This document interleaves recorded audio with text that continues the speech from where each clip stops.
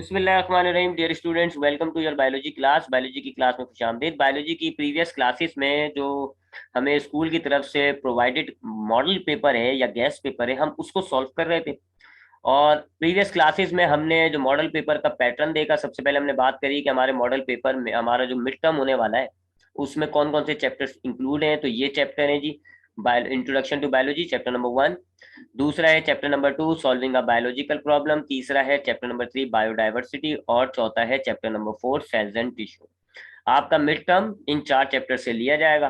फिर उसके बाद हमने पैटर्न पर बात करी। सबसे पहले हमारे पास सेक्शन ए होता है जिसमें एमसीक्यूज होते हैं, और इस सेक्शन के 12 मार्क्स होते हैं। 12 एमसीक्यूज आते हैं, 12 मार्क्स है। ये एमसीक्यूज हमने जो हमारे मॉडल पेपर के एमसीक्यूज है उनको हमने सॉल्व कर लिया था। फिर दूसरा सेक्शन होता है सेक्शन बी। सेक्शन बी, इसमें शॉर्ट क्वेश्चन आंसर्स होते हैं जी, और इसके मार्क्स है 30 नंबर का ये सेक्शन होता है। आपको 15 क्वेश्चंस दिए जाएंगे इस मॉडल पेपर में। तो आपको बहुत सारे क्वेश्चंस दिए हैं, लेकिन आपको 15 क्वेश्चंस दिए जाएंगे और आपसे कहा जाएगा इनमें से 10 को सॉल्व करें, 10 का आंसर दें, 5 आप चॉइस में छोड़ दें। हर एक सवाल के 3 मार्क्स। ठीक है जी, थोड़ा बड़ा कर देते हैं इसको, ये देख लें। हर एक क्वेश्चन के 3 मार्क्स हैं जी। 10 क्वेश्चन आपने अटेम्प्ट किए, 3 मार्क्स के हिसाब से 30 नंबर बन जाएंगे। तो सेक्शन बी में आपको 15 सवाल दिए जाएंगे, आपने 10 सवाल अटेम्प्ट करना है, 30 नंबर आपके हो जाएंगे। हर एक सवाल का याद रखिएगा 30 मार्क्स हैं, वो सॉरी 3 मार्क्स हैं। यानी आपका जवाब बस 3 मार्क्स तक का होना चाहिए। कोई बहुत बड़ा 2-2 पेज का, एक एक पेज का नहीं लिखना, 1-1.5 पेज का कोई बहुत बड़ा, या डायग्राम्स आप बना रहे हैं। 3 मार्क्स। डायग्राम कहा जा रहा है तो बनाए, अगर डायग्राम नहीं कहा जा रहा तो मत बनाए।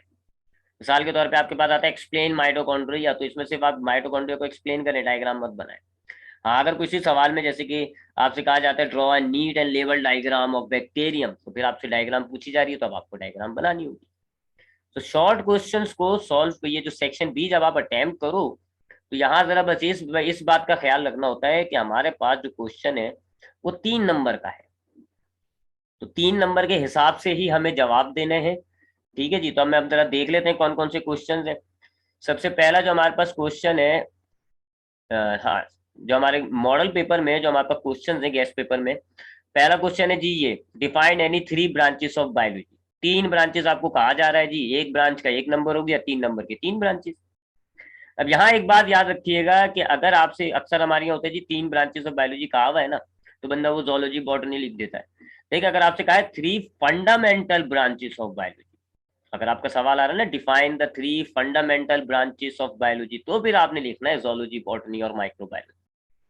और अगर आपको 3 ब्रांचेस कहा हुआ है तो कोई सी भी लिख सकते हैं, उसूलन आप जोलॉजी बॉटनी भी लिख सकते हैं, लेकिन अच्छा होगा कि आप उनको अवॉइड करें फंडामेंटल को, और बाकी उसके अलावा कोई बताएं, फर्क रखें अपने तौर पे। अगर आपसे फंडामेंटल कहा जाता है, फंडामेंटल, तो फिर आप वही बताएं जी, जोलॉजी, बॉटनी और माइक्रोबायोलॉजी। और अगर आपको फंडामेंटल नहीं कहा हुआ, डायरेक्ट ब्रांचेस कहा हुआ है, तो आप ये लिख तो सकते हैं, लिख तो सकते हैं, लेकिन फिर ये बड़ी ब्रांचेस हैं, इनकी फिर फर्दर डिवीजन हुई भी है। तो इसको इसको लिखने से बेहतर होता है कि आप बाकी ब्रांचेस में से कोई लिखें, इतनी सारी ब्रांचेस है आपके पास। साइटोलॉजी है, मॉर्फोलॉजी, एनाटमी है, हिस्टोलॉजी है, फिजियोलॉजी है, एनवायरमेंटल बायोलॉजी है, इकोलॉजी है, एम्ब्रोयोलॉजी है, पैलियोंटोलॉजी है, बायोटेक्नोलॉजी है। इतनी सारी आपके पास बुक में ब्रांचेस हैं, सब बहुत सारी आसान आसान है, सिमिलर सिमिलर से वर्ड्स हैं। तो कोई सी 3 ब्रांचेस लिखिएगा, कोशिश कीजिएगा ये ना लिखे। ठीक है, तो ये जरा फर्क ध्यान में रख लिएगा, फंडामेंटल ब्रांचेस हैं तो ये 3, और अगर दूसरी ब्रांचेस है तो वो। लेकिन आपने करना ये नहीं है कि आपने सिर्फ उनमें से कोई 3 याद करनी है, आपने वो सारी याद करनी है। आपने ये 3 भी याद करनी है, और जो आपकी बायोलॉजी की बुक में जितनी भी ब्रांचेज है ना, स्टार्ट हो रही है मॉर्फोलॉजी से, फिर उसके बाद anatomy, physiology, histology, cytology, genetics, सारी याद करें। क्यों? क्योंकि बाज औकात अक्सर ये सवाल ऐसे नहीं आता, अक्सर ऐसे आ जाता है डिफाइन, और 3 ब्रांचेस के नाम दे देते हैं आपसे, define cytology, histology and morphology. बाज औकात ऐसे आता है जी, तीनों ब्रांचेस के नाम दे दिया। अब अगर आपने मखसूस ब्रांचेस याद की हुई है तो उसमें फिर आप फंस सकते हैं। तो सारी ब्रांचेस याद करें, बड़े से 2-2 लाइन की ब्रांचेस याद करें, 2-2 लाइन की डेफिनेशन याद करें, लेकिन सारी याद करिए। तो ये पहले सवाल के मुतालिक बता दिया आपको कि आपने जो है तीनों फंडामेंटल ब्रांचेस भी याद करनी है, और बाकी तमाम ब्रांचेस भी याद कर लिएगा। आसान है, कोई इतनी मुश्किल नहीं है, और शायद आपको याद भी हो, पहले चैप्टर का सबसे पहला टॉपिक का जो आपने याद करना शुरू किया है। तो सारी ब्रांचेस याद करिएगा जी, मे भी आपको 3 ऑप्शन में दे दी जाए कि 3 को इसी भी कर लो, या फिर आपको कोई स्पेसिफिक नाम दे दिया जाए। अच्छा, नेक्स्ट क्वेश्चन देखते हैं जी, draw chart showing the steps involve in biological method. आपको एक चार्ट बनाना है जिसमें बायोलॉजिकल मेथड के जो स्टेप्स हो ना वो शो हो रहे हो। तो ये चार्ट आपको चैप्टर नंबर 2 में मिलेगा, बुक में भी मौजूद है, आपके नोट्स में भी ये चार्ट बना हुआ है, और आपसे मैंने कहा भी था ये याद करने को इंपॉर्टेंट होता है। तो वो चार्ट बना हुआ है आपका, उसमें आपको लिखा हुआ है जी सबसे पहले बायोलॉजिकल प्रॉब्लम्स है, फिर नेक्स्ट है फ्लो चार्ट की तरह बना हुआ है। वो बिल्कुल एक नीट क्लीन सा चार्ट बनाना है। तो उसमें आपने बस ये एक चीज याद रखनी है कि आपकी तरतीब आगे पीछे ना हो, एरो सही पॉइंट आउट हुए। जैसे कि मिसाल के तौर पे एक स्टेप होगा उसमें हाइपोथेसिस, एक होगा नीचे डिडक्शन, डिडक्शन में ऐसे एरो बना हुआ होगा इंडक्टिव, ऐसे एरो बना हुआ होगा डिडक्टिव, फिर नीचे लिखा हुआ होगा जी एक्सपेरिमेंट। ठीक है, एरोज आप यूं बना रहे होंगे, ऐसे ही प्रॉपर तरीके से आपने ऐसे फ्लो चार्ट की सूरत में बनाना होगा। एरोस का ख्याल रखिएगा, अक्सर हमारे यहाँ बच्चे क्या करते हैं जी, ये तो लिख देते हैं, लाइन डाल देते हैं, एरो हेड डालना भूल जाते हैं। अब ये गड़बड़ कर रहे हो आप।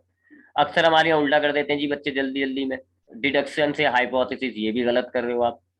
ठीक है जी, अक्सर जो है वो यहाँ एरो पॉइंट आउट नहीं करते तो ये वाजे नहीं होता कि ये क्या है। तो जरा एरोस का ख्याल रखिएगा, स्टेप्स की तरतीब सही रखिएगा।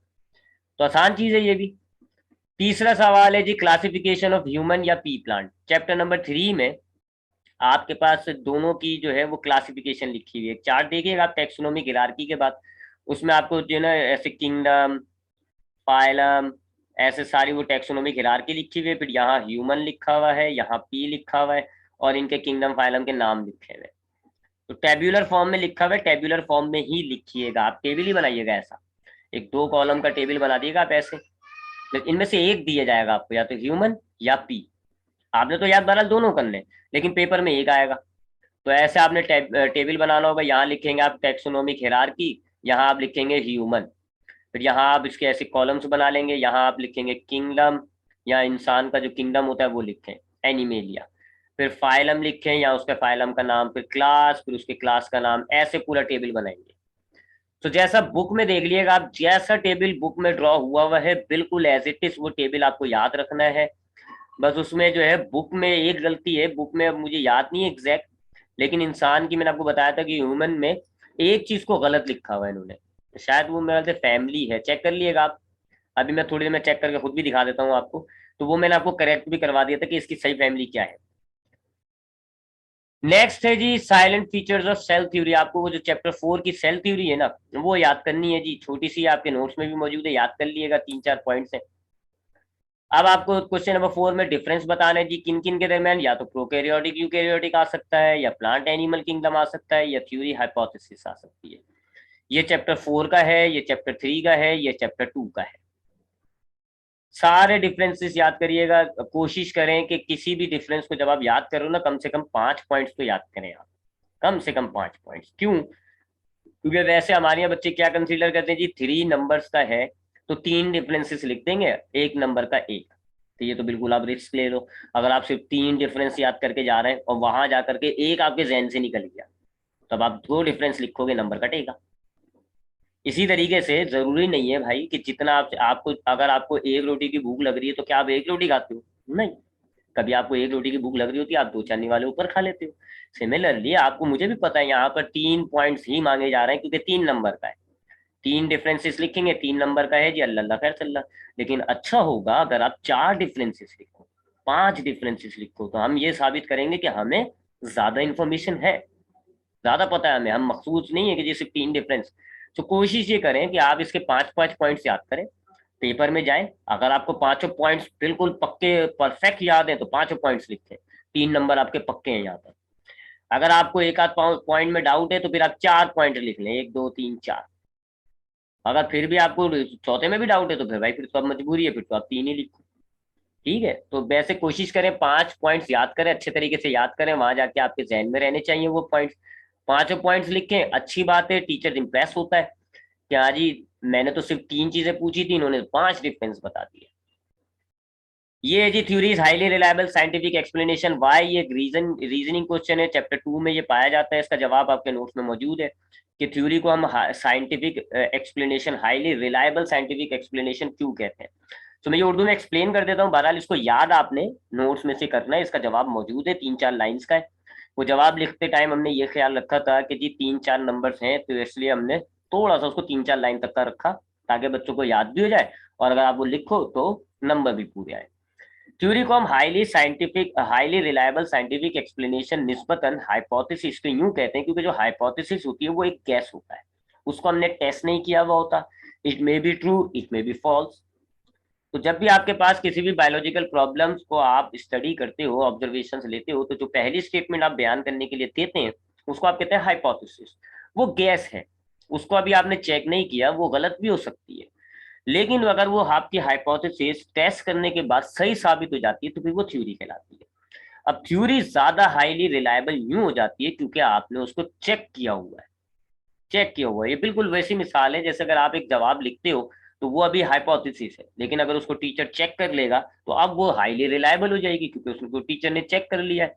तो फिर अब आप उसको याद करने में आपको जो है याद करने में आप उसमें कॉन्फिडेंस में होंगे कि जी टीचर ने चेक किया हुआ है, इट मीन्स कि अब ये टेस्टेड हो चुकी है मेरा आंसर, लिहाजा ये सही है। नेक्स्ट क्वेश्चन क्या है जी, why virus is not place in any kingdom, virus को किसी भी किंगडम में क्यों नहीं डाला जाता। ये भी एक रीजनिंग क्वेश्चन है, चैप्टर नंबर 3 में आपको ये मिल जाएगा नोट्स के अंदर, वहां से याद कर लिएगा। अक्सर देखें इसमें एक गलती ये करते हैं बच्चे कि जी इस जवाब में सिर्फ एक लाइन लिख देते हैं। एक लाइन में जवाब दिया जा सकता है इसका क्या, why virus is not place in any kingdom, virus को हम किसी भी किंगडम में क्यों नहीं डालते, because it is considered as living as well as non living. कि हम इसको किसी भी किंगडम में यूं नहीं डालते क्योंकि ये जानदार भी है और बेजान भी है। या यूं कह देते हैं कुछ बंदे के जी, it is not place in any kingdom because virus has some non living characters. Kingdom जो होते हैं वो जानदारों के होते हैं, जबकि वायरस में कुछ नॉन लिविंग करेक्टर्स पाए जा रहे होते हैं, इसलिए हम इसको नहीं डालते। लेकिन एक लाइन का जवाब 3 नंबर्स के लिए फिर अच्छी बात नहीं होती, तो नहीं मिलते भी 2 नंबर मिलते हैं, ये वो पूरा एक्सप्लेन करें।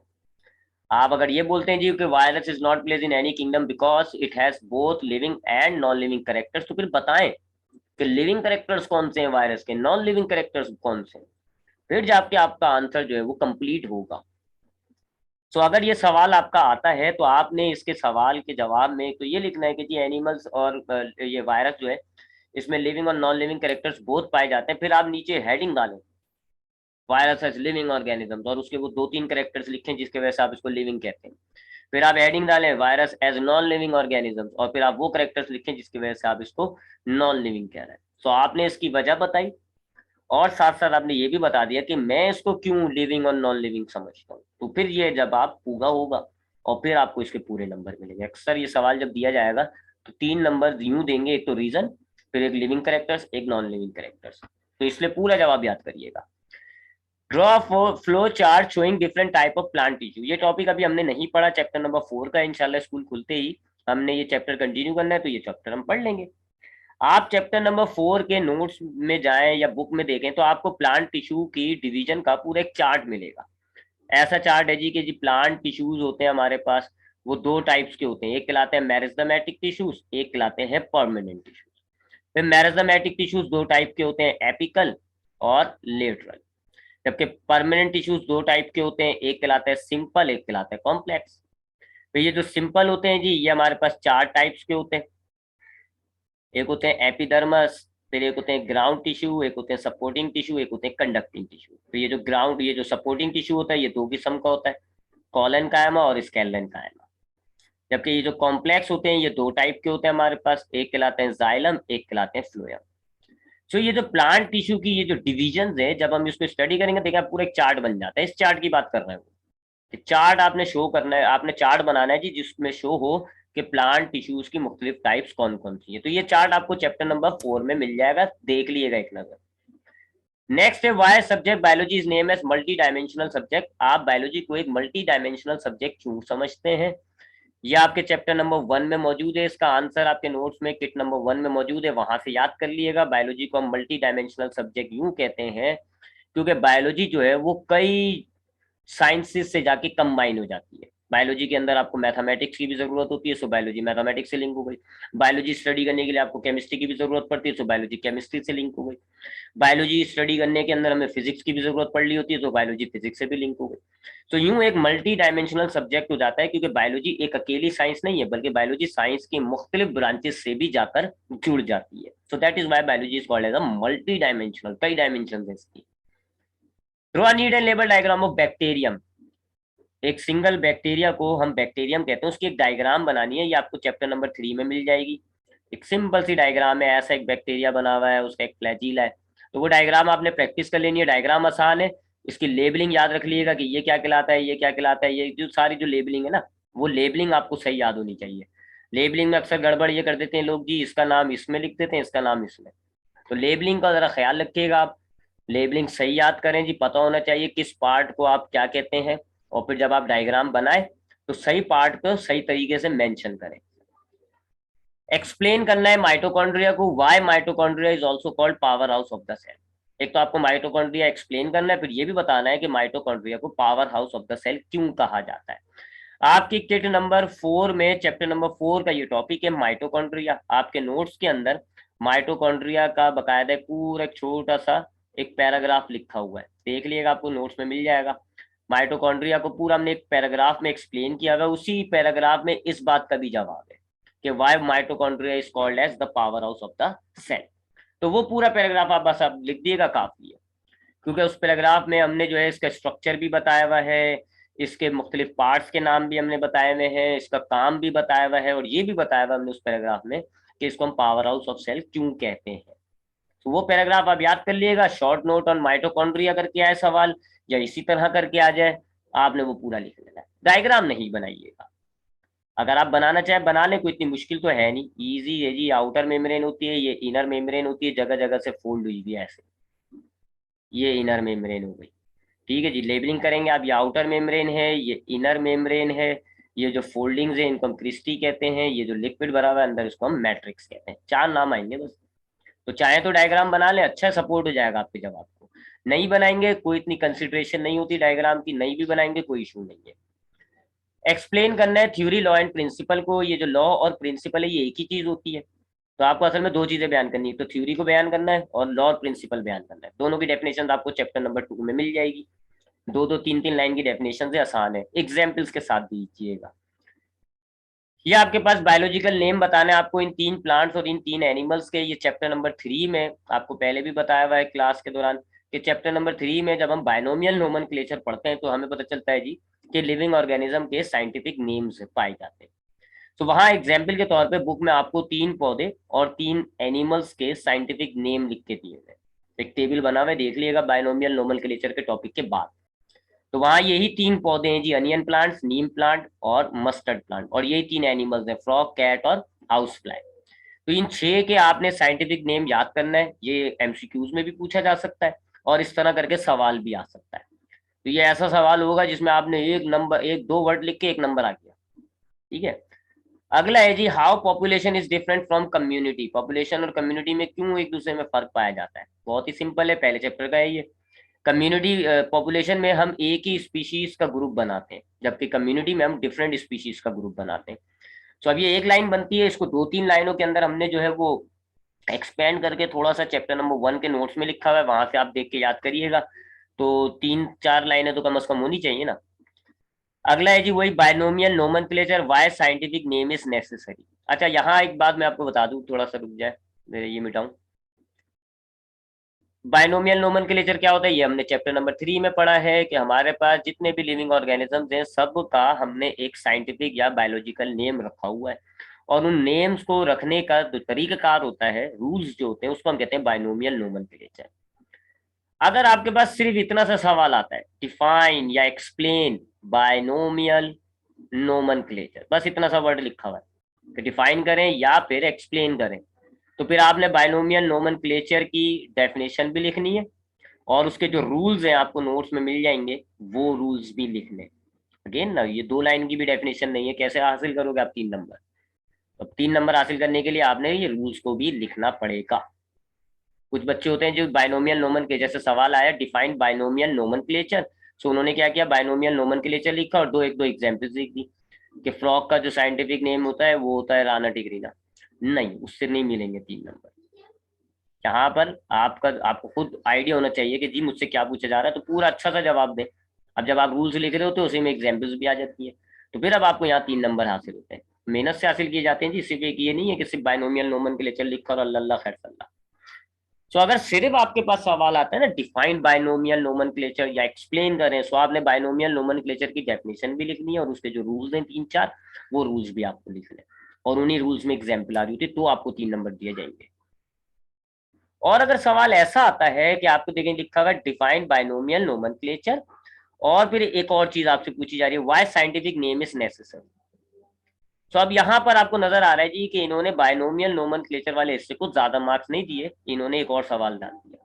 सो अब यहाँ पर आपने किस तरीके से बयान करना होगा ऐसा, अगर बायनोमियल नोमेनक्लेचर के साथ एक और सवाल जुड़ा हो, तो फिर आप बायनोमियल नोमेनक्लेचर की सिर्फ डेफिनेशन लिखेंगे और फिर वो एग्जाम्पल लिखेंगे, जैसे कि जी फ्रॉग का बायोलॉजिकल नेम होता है राना टिग्रीना, कैट का होता है फिलस कैटस, दो एग्जाम्पल्स डालें और उसके बाद इस सवाल का जवाब दें जो आगे पूछा जा रहा है, why scientific name is necessary. तो फिर आप देखो जी 1 2 3, अब 3 नंबर आपके हो गए। तो ये जरा ध्यान में रख लिएगा ये बात, why scientific name is necessary, ये इसका जवाब जो है आपको पता है जी, इसको एक्सप्लेन करते टाइम मैंने आपको समझाया भी था कि ये जो हमारे पास लिविंग ऑर्गेनिजम्स होते हैं, चूंकि दुनिया में बहुत सारी जबानें हैं, सो अगर हम लिविंग ऑर्गेनिजम्स का नाम देखें तो हर जबान में उसका अलग अलग नाम होगा, जिससे एक लिविंग ऑर्गेनिज्म के कई नाम बन जाएंगे जो बायोलॉजिस्ट को कंफ्यूज करते हैं। सो बायोलॉजिस्ट ने क्या किया हुआ, हर ऑर्गेनिज्म का एक नाम रख दिया जी, इसलिए इसको साइंटिफिक नेम जो है वो रखे जाते हैं। तो इन सारी बातों का ये जो मैंने आपको बताया एक्सप्लेन किया, इसका जवाब आपको रिटर्न भी हमने नोट्स में प्रोवाइड किया हुआ कि why scientific name is necessary, chapter number 3 में ये मिल जाएगा। तो आपने बायनोमियल नोमेनक्लेचर की डेफिनेशन लिखनी है, दो एग्जांपल्स डालनी है और फिर उस सवाल का जवाब लिखना है। Draw neat and label diagram of smooth muscles, ये टॉपिक भी अभी हमने नहीं पढ़ा, चैप्टर नंबर 4 का है, इंशाल्लाह पढ़ेंगे जी इसको भी। तो आप बुक में जब ये चैप्टर पढ़ेंगे तो वहां आपको उसी चैप्टर में स्मूथ मसल्स की डायग्राम बनी है, तीनों की डायग्राम है। 3 किस्म की मसल्स होती हैं, स्केलेटल और स्मूथ और कार्डियक, तीनों की डायग्राम्स बनी हुई है, जिसमें से आपने करनी तो तीनों की प्रैक्टिस है। जरूरी नहीं है स्मूथ आ जाए, हो सकता है स्केलेटन मसल आ जाए, हो सकता है कार्डियक मसल आ जाए, हो सकता है स्मूथ मसल आ जाए। तो आपने तीनों डायग्राम्स की प्रैक्टिस करनी है और मुश्किल नहीं है, बहुत आसान डायग्राम है। तो तीनों डायग्राम्स कर लीजिएगा इसको आप, स्केलेटल भी और कार्डियक भी। अगला सवाल जो है वो यूनिसेलुलर, कोलोनियल और मल्टीसेलुलर को एक्सप्लेन करने का कहा जा रहा है, ये आपके पास चैप्टर में मौजूद है जी, चैप्टर नंबर 1 में। यहाँ आपको नजर आ रहा है जी सबके एक एक मार्क्स हैं, एक यूनिसेलुलर के हैं, एक मल्टीसेलुलर के, एक कोलोनियल के। तो बस आप इनकी डेफिनेशन लिख के एक दो एग्जाम्पल्स के नाम लिख देंगे, काफी है। यूनिसेलुलर की डेफिनेशन लिख के, the organisms which are made up of only one cell are called unicellular organisms, for example amoeba, euglena, paramecium. बस मल्टीसेलुलर में लिख दें आप, the organisms which are made up of many cells are called multicellular organisms, for example human, brassica, frog. Colonial में example लिख दीजिए आप। तो इस तरह एक एक डेफिनेशन, इनकी डेफिनेशन लिख के एक दो एग्जांपल्स आप लिख लीजिएगा। अब आते हैं जी अगले सवाल पे, वाई टेबल और graph is necessary for data organization, ये भी एक साइंटिफिक रीजन है, चैप्टर नंबर 2 का है, वहां आपको ये मौजूद है। कहाँ है पॉइंटर में, हाँ।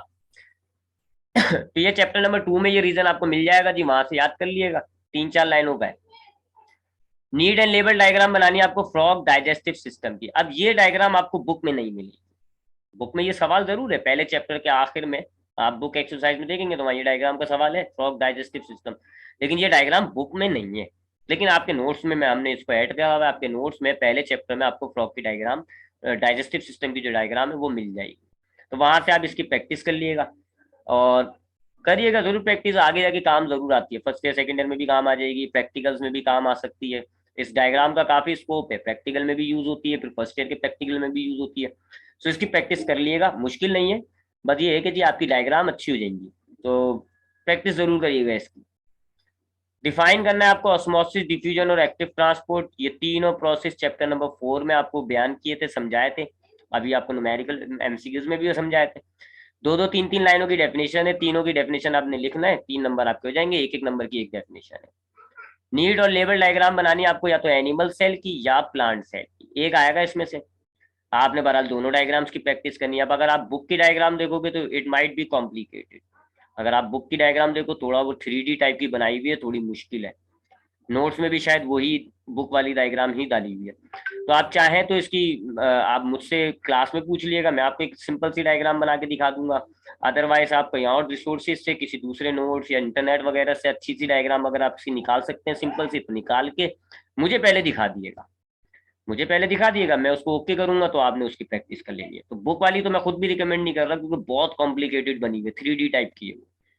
तो एक आसान सी डायग्राम आप इंटरनेट से सर्च करके या कोई और रिसोर्सेज से, कोई बुक पुरानी पड़ी हुई है उसमें बना हुआ है कोई सेल, किसी और रिसोर्सेज से डायग्राम कलेक्ट कर लें, पहले मुझे टैली करा दें। मैं देख लूंगा उसमें लेबलिंग अगर पूरी हुई हुई है, डायग्राम सही बनी हुई है, तो मैं आपको ओके कर दूंगा। अगर आपको नहीं मिलती तो फिर आपसे मैं ये आपको क्लास में ड्रॉ करा दूंगा, आप इसको नोट डाउन करके प्रैक्टिस कर लीजिएगा। ईजी रखें इस सवाल को, करनी जरूरी है प्रैक्टिस, आसान हो जाएगा हमारे लिए। Why cyanobacteria are placed in kingdom Monera. Cyanobacteria जो होते हैं उनको हम किंगडम मुनैरा में क्यों इंक्लूड करते हैं? ये आपका चैप्टर नंबर 3 का है, वहाँ ये रीजन आपके नोट्स में मौजूद है। सियानो बैक्टीरिया को आप मुनैरा में यूं डालते हो क्योंकि मुनैरा वो किंगडम है जिसके अंदर प्रोकैरियोटिक ऑर्गेनिजम्स आते हैं, और सियानो बैक्टीरिया प्रोकैरियोटिक है, कॉलोनियल होता है, ये कॉलोनी की फॉर्म में रह रहा होता है, और प्रोकैरियोटिक होता है, इसके सेल में न्यूक्लियस नजर नहीं आ रहा होगा। तो चूंकि ये प्रोकैरियोटिक है, so all the prokaryotic organisms are included in kingdom Monera, that is why they are placed in kingdom munera and it is called as the bacteria। Bacteria की क्लास कैटेगरी कहा जा रहा है ना, देखो नाम में भी आ रहा है। What are the different type of plastids? Plastids की कौन कौन सी डिफरेंट टाइप्स हैं, ये हमने चैप्टर 3 का टॉपिक पढ़ लिया है। हमने पढ़ा था कि जो हमारे पास प्लास्टिड एक ऐसा ऑर्गेनल होता है जो एनिमल में नहीं होता, प्लांट्स में पाया जाता है, इवन के फंगस में भी नहीं होता। ये ऐसा ऑर्गेनल जो सिर्फ प्लांट्स में पाया जा रहा होता है, एल्गीज में पाया जा रहा होता है, उसको हम कहते हैं प्लास्टिड।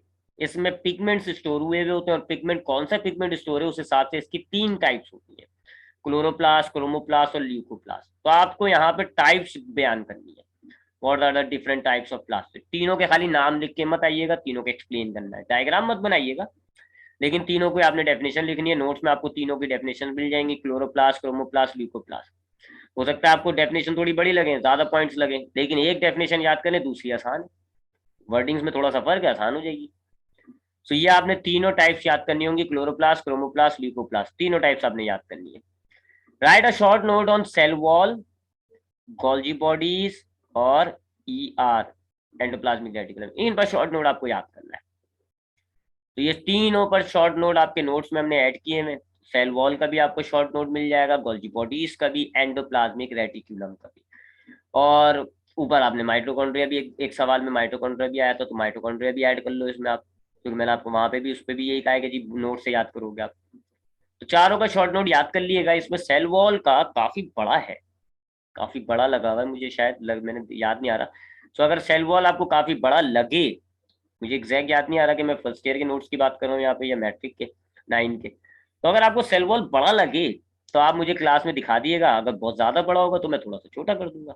बाकी गोल्जी बॉडीज और एंडोप्लाज्मिक रेटिकुलम जितना लिखा हुआ उतना आपको याद करना होगा। अब अगला सवाल देखें जी, ये वही आ गया, इम्यूनोलॉजी आपको बयान करनी है, एक्सोसाइटोसिस बयान करना है, और प्लास्मोलाइसिस।